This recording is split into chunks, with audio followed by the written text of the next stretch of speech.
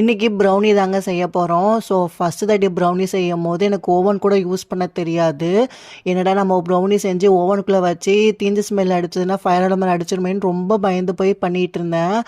But வந்து அப்படி fire alarm அடிச்சதுன்னா இந்த ஸ்டேட்டில் ஒரு 2 to 3 மினிட்ஸ்லேயே போலீஸ்காரங்க வந்துடுவாங்க வீட்டுக்கு. என்னாச்சு ஏதாச்சுன்னு வந்து கேட்கறதுக்கு வந்துடுவாங்க.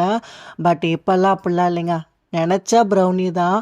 இப்போல்லாம் வந்து ஃபயர் அலார்ம் அடித்தா கூட அதை எப்படி ஆஃப் பண்ணணும்னு கூட நான் கற்றுக்கிட்டேன். ஸோ அதனால் வந்து எந்தவித பயமும் இல்லாமல் ப்ரௌனி மிக்ஸ் தான் பண்ணிகிட்டு இருந்தேன். இந்த ப்ரௌனி மிக்ஸில் வந்து பார்த்திங்கன்னா நார்மலாக நம்ம பண்ணுற மாதிரி பண்ணலை. இதில் வந்து பார்த்திங்கன்னா ட்ரை ஃப்ரூட்ஸில் வந்து பவுடர் போட்டு வச்சுருந்தேன் பாலில் கலந்து கொடுக்கலான்னு. அது வந்து பாப்பா குடிக்க மாட்டேன்ட்டா. ஸோ கொஞ்சம் கொஞ்சமாக இந்த ப்ரௌனி மிக்ஸில் வந்து நான் கலந்து கொடுத்துட்ருக்கேன். இந்த ப்ரௌனி மிக்ஸில் மேலே வந்து பார்த்திங்கன்னா நல்லா கிறிஸ்பியாக இருக்கும், உள்ளே வந்து நல்லா சாஃப்டாக இருக்கும். பட் நம்ம எக்ஸ்ட்ரா வேறு பவுடர் வந்து கலந்துருக்குமா எப்படி வரும்னு எனக்கு தெரியல. பட் நினச்சி கூட பார்க்கல. அதே மாதிரி தான் இருந்தது. டேஸ்ட்டுமே டிஃப்ரெண்ட் ஆகலை. இன்னுமே டேஸ்ட் நல்லா தான் இருந்தது.